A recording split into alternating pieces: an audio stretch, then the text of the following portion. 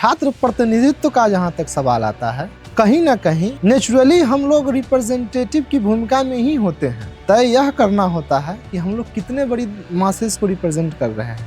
अन्य सदस्य अपने अपने तरीके से भूमिका निभाते हैं। अब सवाल है कि भाई किसे अपना वास्तविक प्रतिनिधित्व करने का मौका दिया जाए, किसे अपना वास्तविक प्रतिनिधि माना जाए, जिसके तहत एक बेहद ही लोकतांत्रिक तरीके से हमारे विश्वविद्यालय में चुनाव की प्रणाली आई जी। सुप्रीम कोर्ट के निर्देश के अनुसार लिंग 2 कमेटी का रिपोर्ट आई कि विश्वविद्यालय में नियमित तौर पे यानी हर एकेडमिक ईयर में चुनाव हो, प्रतिनिधि का चुनाव करे, वह हमारा प्रतिनिधित्व करे। जितने भी स्टूडेंट्स हैं हमारी यूनिवर्सिटीज़ में, सबको अलग अलग पोस्ट पे सबके जुरिडिक्शंस बने हुए हैं, सबका कंस्टिट्यूएंसी अलग अलग डिफाइंड है। विश्वविद्यालय द्वारा चुनाव अधिकारी की नियुक्ति की जाती है, वो अपनी अनुशंसा में सारी बातों को बताते हैं। तो अलग अलग छात्रों के लिए अलग अलग कंस्टिट्यूएंसी डिफाइन किया गया, अलग अलग रिप्रेजेंटेटिव होगा, उसका अलग अलग कार्य होगा। जनरली कितने पोस्ट होते हैं पटना यूनिवर्सिटी के इलेक्शंस में जिस पे चुनाव होता है? पहले मैं सेंट्रल पैनल की चर्चा आपसे कर लेता हूँ। हमारे विश्वविद्यालय स्तरीय 5 प्रतिनिधि का चुनाव हम लोग करते हैं, क्रमशः president, vice president, general secretary, joint secretary, treasurer. ये 5 पद समतुल्य 5 पद होते हैं। इलेक्टोरल पॉलिटिक्स और रिप्रेजेंटेटिव ही नेता का रूप लेते हैं, मॉडिफाइड वर्जन है। डॉक्टर अम्बेडकर कहा करते थे, जब सही लोग, समाज के संत प्रवृत्ति के लोग सक्रिय राजनीति में भूमिका अदा नहीं करेंगे तो उन पे बुरे लोगों का शासन होगा जी। और इसके लिए वे खुद जिम्मेदार होंगे, कोई दूसरा व्यक्ति जिम्मेदार नहीं होगा इसके लिए। तो हमारा यह कर्तव्य है, हमारा यह मोरल राइट है, हम समाज के प्रति उत्तरदायित्व हमारा है कि हम सही रिप्रेजेंटेशन करें, सही लोगों को इलेक्टोरल पॉलिटिक्स में हम आने की मौका दें। व्यक्ति अपने नाम पे अपने बलबूते चुनाव लड़ते हैं, पार्टी का एक मोरल सपोर्ट होता है, जो कि बुरी बात नहीं है। हर व्यक्ति कहीं ना कहीं किसी न किसी विचारधारा से प्रभावित होता है, जो किसी विचारधारा से प्रभावित नहीं होता है उसकी भी एक अपनी विचारधारा होती है। रोचक तथ्य यह है। तो हर व्यक्ति जो है किसी न किसी विचारधारा से होगा प्रभावित। इस पूरे इलेक्शन का जो प्रोसीड्यूर आया है, उस प्रोसीड्यूर में कहीं इस चीज़ का उल्लेख नहीं है कि किसी संगठन का व्यक्ति होगा, संगठन इसमें कुछ रोल प्ले करेगी, नथिंग, कुछ नहीं। व्यक्ति अपने नाम से चुनाव लड़ेंगे। मैं तो कहता हूं कि विश्वविद्यालय प्रशासन को पार्टियों के ऊपर कड़ी नज़र रखनी चाहिए कि जो पार्टियां विश्वविद्यालय को अपने विचारधारा से इन्फ्लुएंस करने की कोशिश करती है उस पर रोक लगनी चाहिए। जानकारी के लिए आपको बता दूं कि जितने स्टूडेंट हमारे यहाँ एडमिशन लेते हैं उनके फीस से हर सेमेस्टर में 100 रुपये स्टूडेंट फंड में जमा होते हैं। देखिए, यह पटना यूनिवर्सिटी का सवाल नहीं है। पटना यूनिवर्सिटी में तो फिर भी हो रहे हैं, बिहार में अन्य 13 विश्वविद्यालय हैं, वहाँ तो खैर चुनाव न जाने कितने दिन पूर्व में हुए हो, या फिर कुछ ऐसे विश्वविद्यालय हैं जहाँ चुनाव हुए भी नहीं कि साजिस्तन सिस्टम ने छात्र चुनाव को एक तरीके से रोक लगाने का साजिश कर दिया। उनको पता है कि कैंपस के बच्चे, महाविद्यालय और विश्वविद्यालय से जो रगड़े हुए बच्चे आएंगे, वह राजनीतिक चेतना और प्रभुता के दम पे, जो परिवारवादी व्यवस्था के तहत लोग बैठे हुए हैं, इस नेपोटिज्म पे चोट होगा और हमारे ताज को खतरा होगा। वो चाहते ही नहीं है कि अल्टरनेट लीडरशिप को हम पनपने दें। पता नहीं कब तक यह संघर्ष की, और धीरे धीरे करते करते संघर्ष करने वालों की रीढ़ इतनी तोड़ दी जाएगी कि ना कोई संघर्ष करने वाला बचेगा, ना चुनाव की आवश्यकता बचेगी, ना कोई प्रतिनिधि बनेंगे, और एक कहीं ना कहीं हम एक दूसरे तरीके के तानाशाही व्यवस्था की ओर हम लोग चले जाएंगे। मुझे उस दिन की चिंता सता रही है। तो हम आगाह करते हैं कि आज कम से कम राजनीतिक इतना रखिए कि हम लोग को कल उतना बुरा दौर न देखना पड़े। साल था 1936 जब जवाहरलाल नेहरू ने देश के छात्रों के लिए कहा that colleges are the factory of revolutionaries, और उसके साथ छात्र संघ का निर्माण स्टूडेंट और उनके लीडरशिप को शेप देने के लिए किया गया। आज से तकरीबन 88 साल बाद आज हमारे पास ये सवाल है कि क्या इस प्रतिनिधित्व ने एक स्टूडेंट को एक रेवोल्यूशनरी बनाया या एक फॉलोअर? और इस सवाल और कुछ सीखने के इरादे के साथ आज संवाद के दूसरे एपिसोड में हम आप सबके साथ जुड़े हैं। आज हमारे साथ पटना विश्वविद्यालय और पटना साइंस कॉलेज के स्टूडेंट रिप्रेजेंटेटिव गुंजेश कुमार इस सवाल और कुछ उनके बारे में कुछ जानने की इच्छा के साथ हम लोग उनसे जुड़े हैं। स्वागत है भैया आपका आज के हमारे इस संस्करण में। हम आपका स्वागत करते हैं। सबसे पहला सवाल मैं आपसे पूछना चाहूँगा कि हमने शुरुआत में एक चीज़ बोली कि जो बच्चे होते हैं वो रिप्रेजेंटेटिव्स बनते हैं, तो आप अपने आप को क्या बोलेगा? आप खुद को छात्र नेता या छात्र प्रतिनिधि बोलेंगे? बहुत बहुत धन्यवाद सबसे पहले आपका मेरे प्रांगण में आने के लिए। हम आपका दिल से धन्यवाद करते हैं।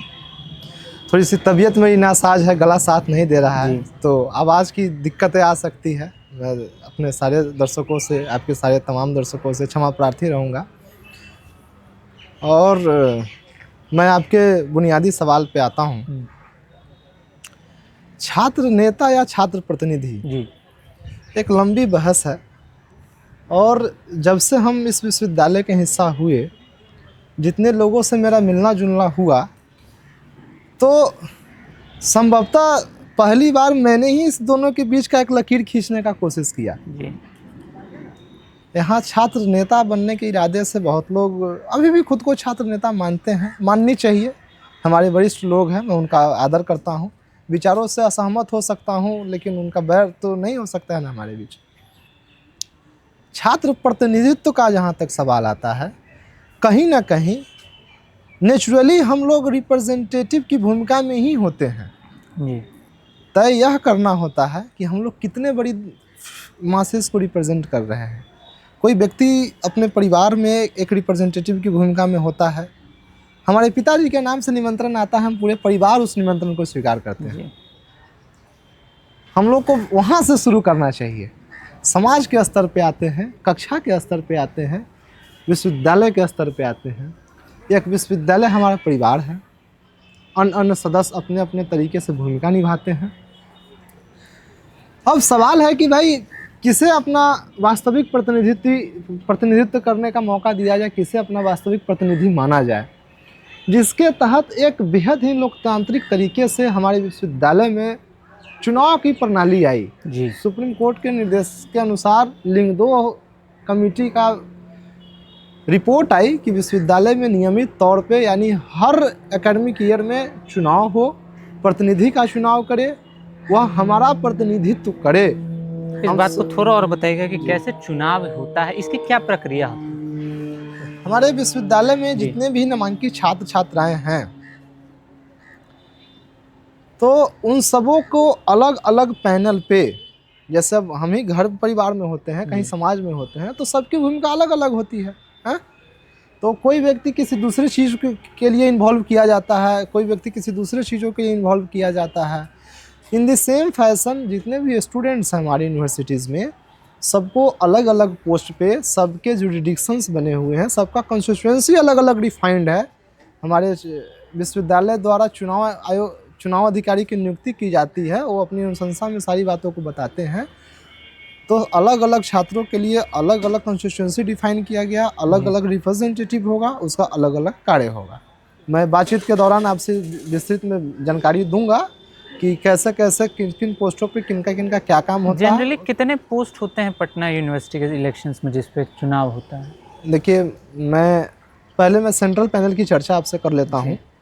हमारे विश्वविद्यालय स्तरीय 5 प्रतिनिधि का चुनाव हम लोग करते हैं।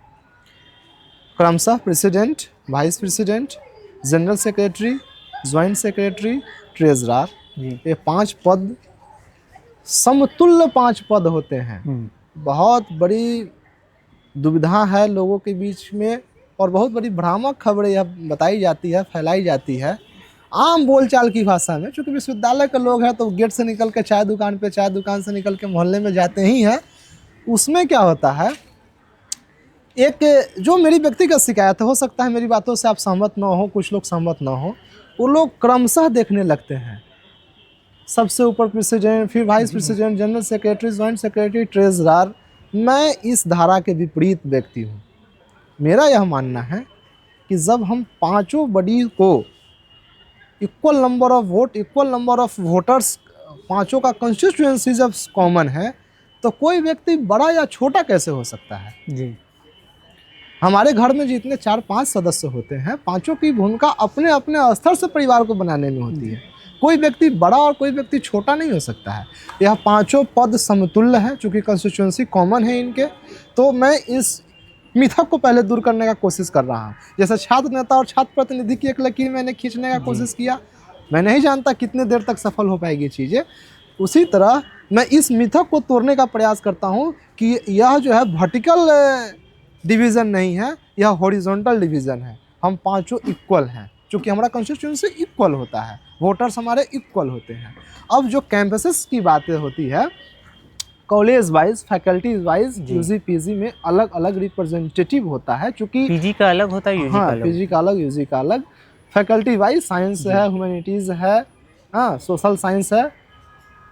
ऐसे करके 4 पीजी में होते हैं हमारे यहाँ रिप्रेजेंटेटिव, और यूजी में हर कैंपस के पास according to their population in the terms of electoral roll में जितने जो नंबर ऑफ वोटर्स होते हैं, पर 1000 कोशिश होती है एक काउंसलर देने की। तो जिस कैंपस में काउंसलर वोटर्स की संख्या मोर देन 1000 होता है, तो उसमें हम 2 काउंसिल मेंबर को रखते हैं। जी। अंडर द 1000 होता है, उसमें हम 1 काउंसिल मेंबर को रखते हैं। तो मेनली जो एलिजिबिलिटी, अगर कोई लड़ना चाहता है इलेक्शन को, तो उसको क्या एलिजिबिलिटी रखनी पड़ती देखिए, है कि ये 3-4 चीज़ होनी चीज़ों का चाहिए? बड़ा महत्वपूर्ण रूप से ख्याल रखना चाहिए, और हम अपने फॉरफादर्स का बहुत धन्यवाद करना चाहेंगे कि उन्होंने इतनी खूबसूरत व्यवस्था बनाई कि छात्र को छात्र रहने दिया जाए। जी। इसके लिए मैंडेटरी उन्होंने किया कि भाई 75% अटेंडेंस मैंडेटरी हो कम से कम। पहले छात्र तो हो जाए, उसके बाद मैं बार बार कहता हूँ, मैं चूंकि खुद प्रत्याशी होने जा रहा हूँ इस चुनाव में, मैं जीतूँ हारूँ अब क्या इधर करूँ, प्रत्याशी होंगे, किस पद के लिए जनरली आप खड़े होने के सोचें इस बार? कल तो आखिरी दिन है, तो कल हो जाएगा। कल हो जाएगा। सारे लोगों से मिलकर गुनागणित बैठा रहे हैं, हाँ। जिस पे उपयुक्त होगा, लोग जो आदेश होगा सब लोगों का उसका पालन करेंगे अपने साथियों के द्वारा। तो मैं क्या बोल रहा था, ध्यान से कि निकल किस गई तरीके से जो एलिजिबिलिटी क्या होती है एलिजिबिलिटी। बच्चे की? तो 75% तो अटेंडेंस मैंडेटरी जी। होनी चाहिए सबसे पहले।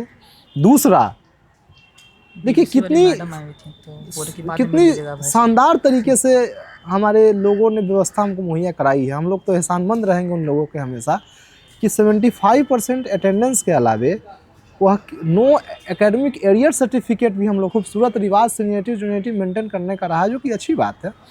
उस कुचक्र में न कहीं हमारा लोकतांत्रिक प्रोसेस फंस जाए, इसके लिए अधिकतम समय की गणना 5 वर्षों की गई कि 5 वर्ष से ज़्यादा जब कैंपस में हो जाएंगे तो आप चुनाव लड़ने के काबिल नहीं रहेंगे।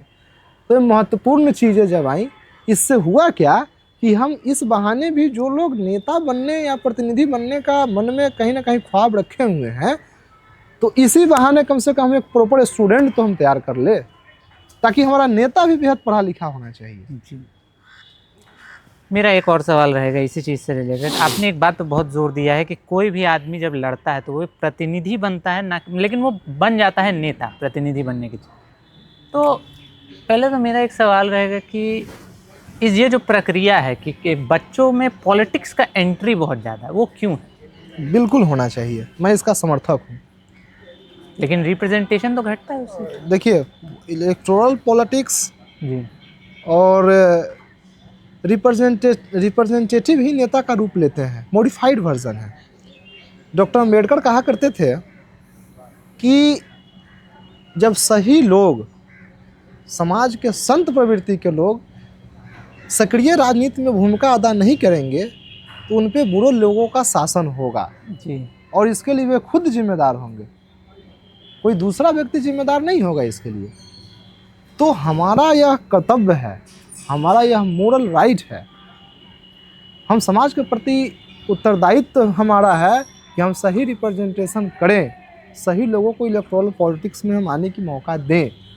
सवाल है कि सब लोग यदि बुरे ही हैं, राजनीति इतनी बुरे ही है, तो क्यों इस कुचक्र में फंसे हुए हैं? तो मेरा यकीन है हमसे आपसे कहीं बुद्धिजीवी लिंगदोह साहब तो होंगे ही जी। उनकी आत्मा कहीं जिंदा होगी तो धन्यवाद कर रहे होंगे कि कोई तो बचा मेरा फॉलोवर जो हमको आज धन्यवाद कर रहा है। उन्होंने ज़रूर ऐसा स्टडी करके पाया होगा कि इलेक्टोरल पॉलिटिक्स यूनिवर्सिटी में मैंडेटरी कराई जाए। सही लोगों का जब शासन नहीं होगा तो यही होता है। जब कई बार कैंपस में लोगों से मिलते हुए सुनते हैं कि बड़ा निकम्मा छात्र इस बार का हो गया, वहाँ तक कि आपसी कला होती है, एक दूसरे पे छिटाकसी होती है कि बड़ा वो अंदर से बुरा महसूस कर रहे होते हैं। लेकिन इलेक्टोरल पॉलिटिक्स में एक बार चुन लिए तो साल भर तक उसी को सफ़र करना है आपको। तो बड़े बारीकी से सोच समझ के प्रतिनिधि का चुनाव कीजिए, चाहे जिसे कीजिए, to the best of the knowledge जो होना चाहिए चीज़ें, कि भाई यह व्यक्ति अपने चीज़ों से इधर उधर नहीं होगा, यह छात्र ही रहेगा, छात्रों के लिए ही लड़ता रहेगा।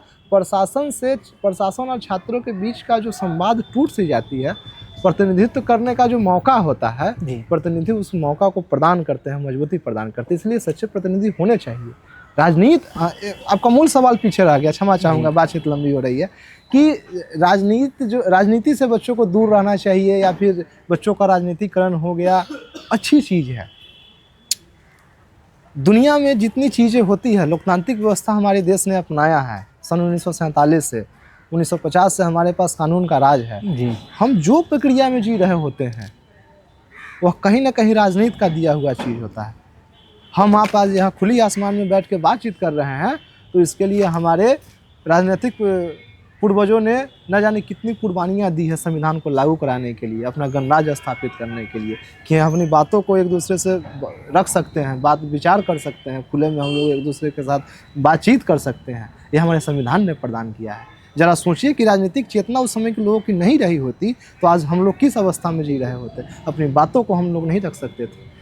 चलिए, बहुत जरूरी धन्यवाद चीज़ इस है। सवाल का। मेरा मेरा बहुत मुख्य सवाल है कि रिप्रेजेंटेशन के इस दौर में पार्टीज आई और स्टूडेंट रिप्रेजेंटेटिव से खुद को जोड़ा, तो पहले तो बताइए पटना विश्वविद्यालय में मुख्यतः कैसी पार्टीज जो हैं वो फंक्शन करती हैं? देखिए, लिंगदोह कमेटी में कहीं किसी पार्टी का कोई जिक्र, कोई चर्चा नहीं है। पार्टीज ठीक नहीं है। है, बट है आज ठीक की है। रियलिटी तो है। सुनिए, व्यक्ति अपने नाम पे अपने बलबूते चुनाव लड़ते हैं। पार्टी का एक मोरल सपोर्ट होता है, जी। जो कि बुरी बात नहीं है। हर व्यक्ति कहीं ना कहीं किसी न किसी विचारधारा से प्रभावित होता है। जो किसी विचारधारा से प्रभावित नहीं होता है उसकी भी एक अपनी विचारधारा होती है। रोचक तथ्य यह है। तो हर व्यक्ति जो है किसी न किसी विचारधारा से होगा प्रभावित। इस पूरे इलेक्शन का जो प्रोसीड्योर आया है उस प्रोसीड्योर में कहीं इस चीज़ का उल्लेख नहीं है कि किसी संगठन का व्यक्ति होगा, संगठन इसमें कुछ रोल प्ले करेगी, नथिंग, कुछ नहीं। व्यक्ति अपने नाम से चुनाव लड़ेंगे। मैं तो कहता हूं कि विश्वविद्यालय प्रशासन को पार्टियों के ऊपर कड़ी नज़र रखनी चाहिए कि जो पार्टियां विश्वविद्यालय को अपने विचारधारा से इन्फ्लुएंस करने की कोशिश करती है उस पर रोक लगनी चाहिए। हम विद्यार्थी हैं, विद्यार्थी के बीच जाएंगे, हम अपने नाम, हम अपने कामों के आधार पे वोट करने की अपील करेंगे। यह विद्यार्थियों का चुनाव है, यह असेंबली और पार्लियामेंट का इलेक्शन कंटेस्ट नहीं कर रहे हैं जिसमें पार्टियां का विज़न होता है। हमारे पास कोई फंड नहीं होता है, छात्र संघ का लिमिटेड फंड होता है। जानकारी के लिए आपको बता दूं कि जितने स्टूडेंट हमारे यहाँ एडमिशन लेते हैं उनके फीस से हर सेमेस्टर में 100 रुपये स्टूडेंट फंड में जमा होते हैं। स्टूडेंट यूनियन को हर बच्चा 100 रुपये देता है हर एडमिशन में। उस पैसे का एकेडमिक यूटिलाइजेशन ज़्यादा से ज़्यादा कैसे हो, बात राजनीतिकरण में नहीं करना चाहता किन्हीं चीज़ों का। जो बीत गई सो बात छोड़ दीजिए। जितने जो आने वाला कल हो, मैं रहूं न रहूं, जो लोग भी यहाँ रहें उनसे गुजारिश रहेगी, उनसे मेरी कामना रहेगी कि वह एकेडमिक यूटिलाइजेशन करे। विगत 2 छात्र संघ को मैं बड़े करीब से फॉलो किया हूँ, देखा हूँ, वो लोग एकेडमिक यूटिलाइजेशन नहीं कर पाते हैं। मुझे इस बात का दुख है। थोड़ा ही सही लेकिन उसमें कुछ अंश मेरा भी पैसा मदद होता है। इतनी बड़ी जो स्ट्रक्चर बनी हुई है, हम एक एक लोगों के पैसे से सरकार का कोष भरता है, सरकार के खजाने से निर्माण होता है। तो कहीं ना कहीं हमारे ऊपर समाज के हर वर्गों का ऋण है। We are the policy makers. हम लोग गाइड करते हैं सोसाइटी को और हम लोग संचालित करते हैं। इसलिए विद्यार्थियों के बीच राजनीतिक चेतना सबसे अधिक होनी चाहिए। वह व्यक्ति किसी विचारधारा से प्रभावित हो, देखिए वैचारिक विरोध होना, राजनीतिक चेतना होना, राजनीतिक मत भिन्नता होना अलग चीज़ें होती है। इसका यह मतलब नहीं है कि हम लोग एक दूसरे के दुश्मन हो जाएं।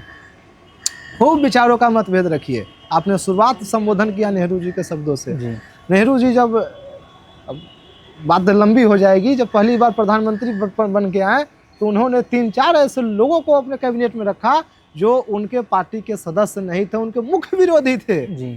यह भारत की राजनीति ने हमें सिखाया है और मैं चाहता हूं कि विश्वविद्यालय की राजनीति में इतना ही समृद्ध और सुंदर हो, ऐसी मैं कामना करता हूं। मेरा एक और सवाल तो इससे मेरा जुड़ा रहेगा। आप अगर देखे होंगे तो पटना यूनिवर्सिटी का छात्र संघ चुनाव देश का वो छात्र संघ चुनाव है जिसने सबसे ज़्यादा प्रतिनिधि दिए हैं इस देश को। तब भी इसमें जो गैप होता है उस इतना ज़्यादा क्यों होता है? हम आज इलेक्शंस देखेंगे तो हो सके कि 3 साल बाद ना देखें, ऐसा क्यों? देखिए, यह पटना यूनिवर्सिटी का सवाल नहीं है। पटना यूनिवर्सिटी में तो फिर भी हो रहे हैं। बिहार में अन्य 13 विश्वविद्यालय हैं वहाँ तो खैर चुनाव न जाने कितने दिन पूर्व में हुए हो, या फिर कुछ ऐसे विश्वविद्यालय हैं जहाँ चुनाव हुए भी नहीं हो। डीयू में हर साल हो जाता है। डीयू में जैसे सेंट्रल यूनिवर्सिटी में तो कुछ लोग कोरम मेंटेन करके करा ही रहे हैं। साजिस्तन, हालांकि हमारे सीनियर लोग भी इस तरीके की चर्चा को आम बच्चों तक पहुंचाते रहते हैं कि साजिस्तन सिस्टम ने छात्र चुनाव को एक तरीके से रोक लगाने का साजिश कर दिया। जी। उनको पता है कि कैंपस के बच्चे, महाविद्यालय और विश्वविद्यालय से जो रगड़े हुए बच्चे आएंगे, वह राजनीतिक चेतना और प्रभुता के दम पे जो परिवारवादी व्यवस्था के तहत लोग बैठे हुए हैं, इस नेपोटिज्म पे चोट होगा और हमारे ताज को खतरा होगा। वो चाहते ही नहीं है कि अल्टरनेट लीडरशिप को हम पनपने दें, और एक नैरेटिव सेट कर देना है पैरेलल वे में कि राजनीति करना बुरे लोगों का काम है। अरे भाई, तो आपका बेटा क्यों राजनीति करता है जब इतना ही बुरे लोगों का काम है? तो एक बेहतर छात्र ही बेहतर नेता हो सकता है, मैं यह कहने का कोशिश कर रहा हूँ। साजिस्तन डैमेज किया गया है, जिसके तहत मैं आपके मूल प्रश्न पे आता हूँ। मैं भूमिका बनाते रह गया कि चाहते ही नहीं है कि चुनाव हो। अधिकारियों की मिलीभगत और तंत्र, सरकार में जो बैठी तंत्र है, वह इन सब उलझनों में नहीं पड़ना चाहती है। हम लोग हर चुनाव को कराने के लिए रेसिस्ट करते हैं, आंदोलन करते हैं। गत वर्ष तो आमरण अनशन किया गया था, इस वर्ष हम लोग धरना प्रदर्शन पे सप्ताह दिन बैठे हैं।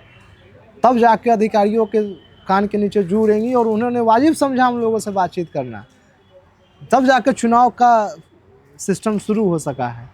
पता नहीं कब तक यह संघर्ष की, और धीरे धीरे करते करते संघर्ष करने वालों की रीढ़ इतनी तोड़ दी जाएगी कि ना कोई संघर्ष करने वाला बचेगा, ना चुनाव की आवश्यकता बचेगी, ना कोई प्रतिनिधि बनेंगे, और एक कहीं ना कहीं हम एक दूसरे तरीके के तानाशाही व्यवस्था की ओर हम लोग चले जाएंगे। मुझे उस दिन की चिंता सता रही है। तो हम आगाह करते हैं कि आज कम से कम राजनीतिक इतना रखिए कि हम लोग को कल उतना बुरा दौर न देखना पड़े। बड़ी महंगी आज़ादी है हमारी, बहुत लोगों की कुर्बानियां। आज जो राजनीति में बच्चे जाते हैं वो शायद पिछले के मुकाबले, जो पहले नेता होते थे, लालू यादव भी इसी कॉलेज के नेता रहे और उतना प्रभावी नेता के आज नहीं आ पा रहे हैं इसी कारण। देखिए, लालू प्रसाद यादव, नीतीश कुमार वर्तमान मुख्यमंत्री हमारे, रविशंकर प्रसाद जी, लंबी सूची है, रामनिवास सिन्हा, लंबी सूची है। तो एक तो अब चूंकि विश्वविद्यालय सबसे अच्छा यही था, तो उस समय के जो अच्छे वर्ग के लोग थे ना, वो पढ़ने भी यहीं आए जी। सबसे बड़ा तो कॉम्बिनेशन ये रहा।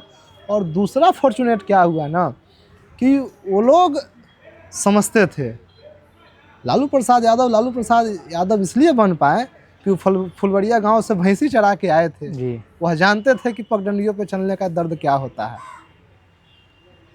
माफ कीजिएगा, राजनीतिकरण, हम राजनीतिक बिंदुओं पे चर्चा नहीं करना चाहते थे। वो लोग सोने के चम्मच में पैदा लिए हो, जिनके बेटे और बेटियां इंग्लैंड अमेरिका जैसे महान विश्वविद्यालयों में पढ़ते हो, वह नहीं जानते हैं कि पटना विश्वविद्यालय में कर्मचारियों की कितनी मड़ बढ़ गई है, अधिकारी क्यों नहीं काम करते हैं, कैंपस में किन किन समस्याओं का सामना करना पड़ता है। कोई चीज़ सेशन डिलेड हो गया, परीक्षा का फॉर्म नहीं भरा जा रहा है, बच्चे को पढ़ने से ज़्यादा परीक्षा देने की चिंता होने लगती है, वह क्लास से ज़्यादा विश्वविद्यालय का चक्कर लगाने लगता है।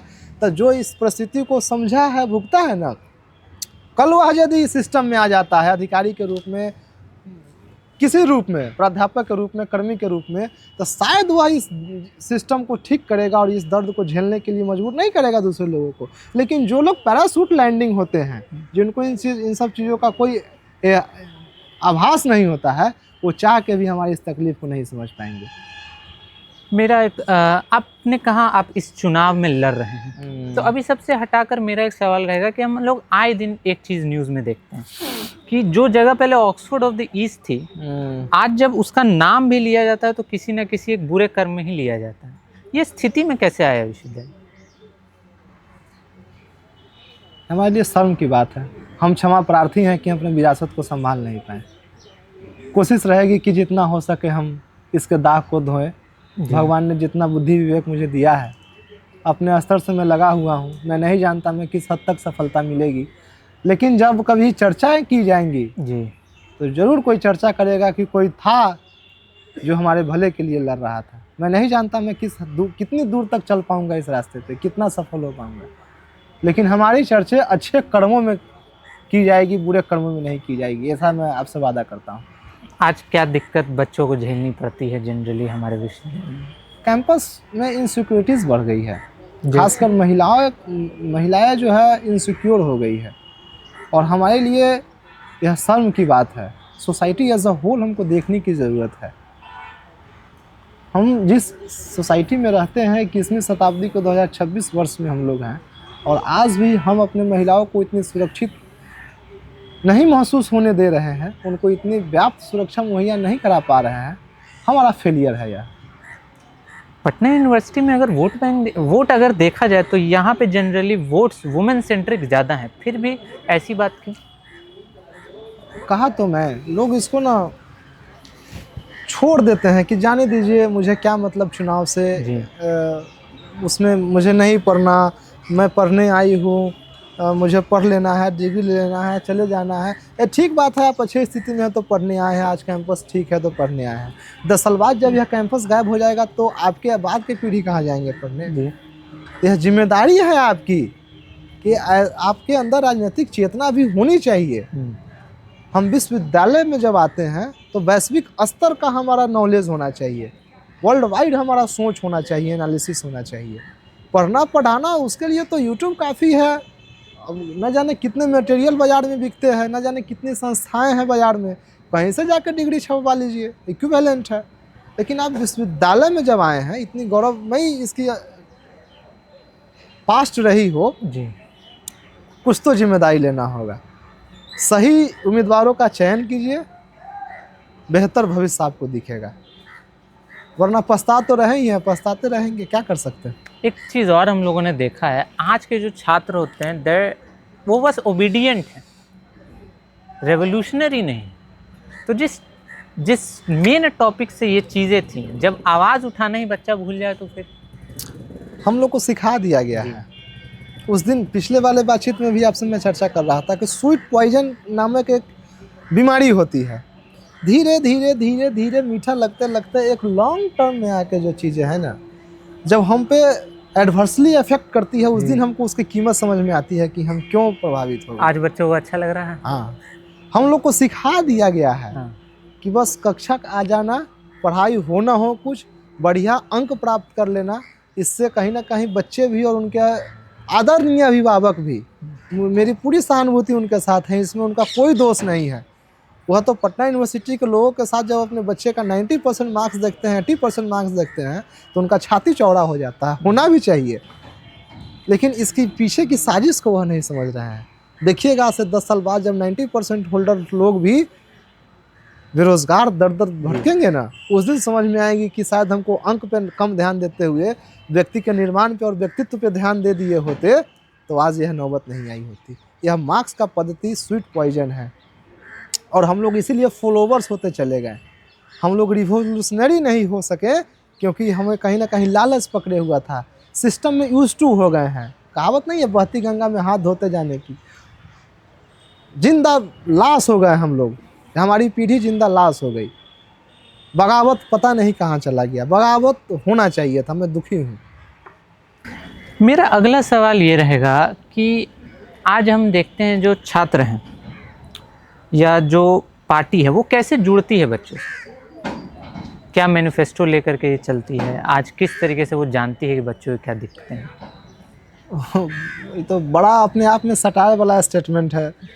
आज़ादी से लेकर अब तक जितनी भी सरकारें रही और विश्वविद्यालय में जितने भी छात्र संगठन रहे, सबने छात्रों का भला होने का ही दावा किया। मुझे समझ में नहीं आता है कि सब लोग थोड़ा थोड़ा भी भला कर दिया होता तो आज किसी का बुरा बचा नहीं होता। क्या मैनिफेस्टो पे जाए हम, जाने दीजिए पार्टी का मैनिफेस्टो और छात्र संगठनों का मैनिफेस्टो। व्यक्तित्व का निर्माण होने दीजिए विश्वविद्यालय में। विश्वविद्यालय को किसी संगठन में और किसी गुट में न बांधिए तो ज़्यादा बेहतर है। भाईचारा के साथ एक बेहतर व्यक्तित्व जो वैश्विक स्तर का व्यक्तित्व हो। जी, हमारे एलुमनाई मीट होता है, कभी कभी एलुमनाई आते हैं तो कहते हैं कि एक ज़माने में साइंस कॉलेज के लेबोरेटरी की चर्चा अमेरिका इंग्लैंड तक होती थी, केमिस्ट्री लैब की चर्चा, फिजिक्स लैब की चर्चा। तो उस समय हम न संगठन निर्माण कर रहे थे, न मैनिफेस्टो ला रहे थे, न अपना विचार ला रहे थे, न हमारा कोई विचार था, न कोई धारा था। आज न जाने कितने विचार, कितने धाराएं आ गई जो हम लोग आपस में ही बट गए। आपसी भाईचारे के साथ एक बेहतर व्यक्तित्व का निर्माण जब होगा, अपने अपने हिसाब से अपने अपने फील्ड में देश कमाल कर जाएगा। उसकी कमी है। आप इस बार छात्र संघ चुनाव लड़ रहे हैं, आप क्या मैसेज देते हैं बच्चों को कि ये चीज़ें आप करिए, या कम से कम जब अपने नेता को चुन रहे हैं, अपने प्रतिनिधि को चुन रहे हैं, तो इन चीज़ों का ध्यान रखें? मेरी पहली शिकायत अपने सारे तमाम मित्रों, साथियों, बड़े भाइयों और छोटे भाई बहनों से यह है कि वह राजनीतिक भागीदारी अपना कम कर लिए हैं। राजनीतिक भागीदारी पहले बढ़ाएं, राजनीतिक चेतना अपने अंदर लाएं, वह इसको अपना कर्तव्य समझे। जी। हम मौलिक अधिकार की बार बार चर्चा करते हैं, इस देश में मौलिक कर्तव्य की चर्चा करने वालों की संख्या कम सी गई है। हम अधिकार इतना मांगते हैं, इतना चिल्लाते हैं, हमारा कुछ कर्तव्य भी तो है। हैं? हमारा कर्तव्य यह होना चाहिए कि राजनीतिक रूप से सक्रियता के साथ हम इसमें अग्रणी भूमिका अदा करें। और राजनीतिक रूप से सक्रियता कोई बुरी बात नहीं है, अच्छी बात है। आपके विश्वविद्यालय में चीज़ें आई है तो कहीं ना कहीं यह ज़रूरत की चीज़ें है। मैं पहले ही बता चुका हूँ कि क्यों चेतना होनी चाहिए। आप बेहतर प्रतिनिधि का चुनाव कीजिए। जो कैसे होगा, तो पार्टिसिपेशन मैक्सिमम होने दीजिए। हम इतराते हैं अपने लोकतंत्र पे, जानते हैं क्यों? क्योंकि हमारे देश भारत में जो नंबर ऑफ वोटर्स है, पूरे किसी भी देश, विश्व के किसी भी देश से अधिक नंबर ऑफ वोटर्स है। इसलिए हमको लार्जेस्ट डेमोक्रेसी का तमगा भी प्राप्त है। हम चाहते हैं कि पटना विश्वविद्यालय को भी उसी तर्ज पे लार्जेस्ट नंबर ऑफ वोटर्स का तमगा प्राप्त हो। अब 30% वोट हो, 40% वोट हो, तो कहीं ना कहीं ट्रू रिप्रेजेंटेशन नहीं हो पाता है, सही लोग नहीं आ पाते हैं, एक गुट का ही रिप्रेजेंटेशन होकर रह जाता है। नंबर ऑफ वोटर्स इंक्रीज होना चाहिए, चुनाव कोई जीते, वोट अधिक से अधिक पड़ना चाहिए। मेरा एक सवाल और रहेगा, मेरा आखिरी बस 2 सवाल है, जिसमें से एक ये है जी जी कि अभी मौजूदा समय में अगर आप देख रहे होंगे तो एक चीज़ है जो हमारे भारत में फैल रही है, मतलब स्टूडेंट ऑफिशियल्स में फैल रही है, कि एक नियम लाती सरकार, उसने इस भारत देश को 2 गुट में बांट दिया। ठीक ठीक। लेकिन पटना, मैं इन बातों में नहीं जाता, मैं बस ये जानता हूँ कि क्या आज भी विश्वविद्यालय में मनभेद जन्म लिया या ले रहा है जाति के आधार पर? देखिए, अंग्रेजी की एक कहावत है, there is no smoke without fire. जी। बिना आग का तो धुआं नहीं हुआ होगा। हैं? और आग बुझाने गाड़ियाँ आई है तो भले ही आग न बची हुई, धुआं तो दिख ही रही होगी, इसलिए गाड़ी को भी आना पड़ा है। यदि सपाट होता मैदान तो क्यों अग्निशामक वाहनें आती बुझाने के लिए? तो सरकार ने अपना असेसमेंट किया होगा। मैं यह नहीं कहता कि 100% सही असेसमेंट किया होगा, कुछ त्रुटियां जरूर रह गई होगी जिसके वजह से माननीय उच्चतम न्यायालय को इंटरवेन करने की ज़रूरत पड़े। आप जिस बिल की तरफ इशारा कर रहे हैं, मैं चाहता हूं सशक्त बिल, किसी के साथ भेदभाव न हो, न किसी के साथ मिसयूज हो। इसका गारंटी कौन लेगा कि किसी के साथ मिसयूज नहीं होगा? जी। तो ठोक बजा के एक बेहतरीन, सरकार ने 19 मार्च को फिर कोर्ट ने बुलाया ना सरकार को। मेरा ऐसा मानना है कि एक से एक काबिल और बुद्धिजीवी हमारे देश के पास, एक से एक बुद्धिजीवी वर्गों का टीम है। बेहतर जो कमियां रह गई थी रिजोल्यूशन में, उसको और बेहतरी के साथ कोर्ट पहुंचेंगे, कोर्ट न्याय करेगी। और कोई चीज़ आई है, उसकी ज़रूरत महसूस की गई होगी तभी आई है, और सरकार के व्यवधानों पे हम विश्लेषण कर सकते हैं। उसको एक सिरे से न नकार सकते हैं, न एक सिरे से अपना सकते हैं। हमको न अंधभक्त होना है, न अंध विरोधी होना है। हम विश्वविद्यालय के जीवित वर्ग हैं। हम चर्चे की स्थिति में होंगे, चर्चा करेंगे रिजोल्यूशन पे। कोर्ट का फैसला आने दीजिए, कोर्ट क्या कमेंट करती है, सरकार क्या नई डेफिनेशन लाती है, उसके बाद फिर हम लोग आपस में बैठेंगे सारे भाइयों के साथ। उसमें कोई वर्ण भेद, कोई जाति भेद, कोई धर्म भेद नहीं होगा। सब लोग आपस में बैठेंगे, जो सर्वसम्मति से उचित चीज़ दिखाई देंगी उसके लिए हम लोग कल भी बोले हैं, आगे भी बोलते रहेंगे। मेरा बस ये आखिरी सवाल कि आप छात्र राजनीति, छात्र प्रतिनिधित्व और छात्र को 2 लाइन में अगर संजो करके बोलना चाहें तो क्या कहेंगे? आज के इस सत्र को कंक्लूड करते हैं इस बात से। छात्र छात्र ही रहे तो बेहतर है। प्रतिनिधि खुद ही, छात्र अपने बीच का प्रतिनिधि खुद ही चुन लेता है। बड़ा नेचुरल सा प्रोसेस है। मैं सभी से अपील करता हूँ कि आप विश्वविद्यालय के पहले छात्र बनिए। आपका पहचान एक छात्र के रूप में बहुत अधिक होना चाहिए। प्रतिनिधि के रूप में अंतिम पहचान नहीं होनी चाहिए। कहीं ना कहीं आज हमारे दौर के लोगों में एक होड़ सी मच गई है कि हम प्रतिनिधि हुए तो बहुत बड़े तमगे वाले हो गए। आपका एक छात्र के रूप में भी पहचान इतना होना चाहिए कि आप प्रतिनिधि से कम नहीं हैं। जी। प्रतिनिधि की बहुत आवश्यकता पड़ेगी भी नहीं। हर व्यक्ति सशक्त होना चाहिए, हर हमारा साथी सशक्त होना चाहिए, हर व्यक्ति अपने आप में प्रतिनिधि होना चाहिए। और रही बात कि कोई ना कोई तो हेड लीड करेगा ना, वो बड़ा सिंपल सा प्रोसेस है। सब लोग मिल के नेचुरली किसी को चुन लेंगे, वही प्रतिनिधि कहलाएगा। लेकिन कोई छात्र लज्जित ना हो केवल इस बात के लिए कि हम प्रतिनिधि ना हो सके। तुम एक छात्र के रूप में भी प्रतिनिधि के ही समतुल्य हो, प्रतिनिधि से कहीं कम नहीं हो, यह भावना छात्रों के बीच होनी चाहिए। चलिए, धन्यवाद हम लोग को अपना समय देने के लिए। बहुत बहुत धन्यवाद। आज का ये संस्करण उम्मीद करता हूँ आप सबको बहुत कुछ सिखा कर गया होगा। ये आप आज बच्चों के लिए, बच्चों के रिप्रेजेंटेटिव्स के लिए और उनसे कुछ सीखने के लिए हम लोगों ने हमारा साथ दिया। गुंजेश भाई ने, हम उनका धन्यवाद कहेंगे। उन्होंने उनसे आज हमें भी बहुत कुछ सीखने मिला। आशा करता हूँ आपको ये संवाद पसंद आया होगा। ओपिनियन डेली आप सबके लिए ऐसे ही कहानियाँ और बातें लाता रहेगा। तब तक चैनल को सब्सक्राइब करना ना भूलें। याद रखें, बदलते भारत के लिए संवाद ज़रूरी है। धन्यवाद।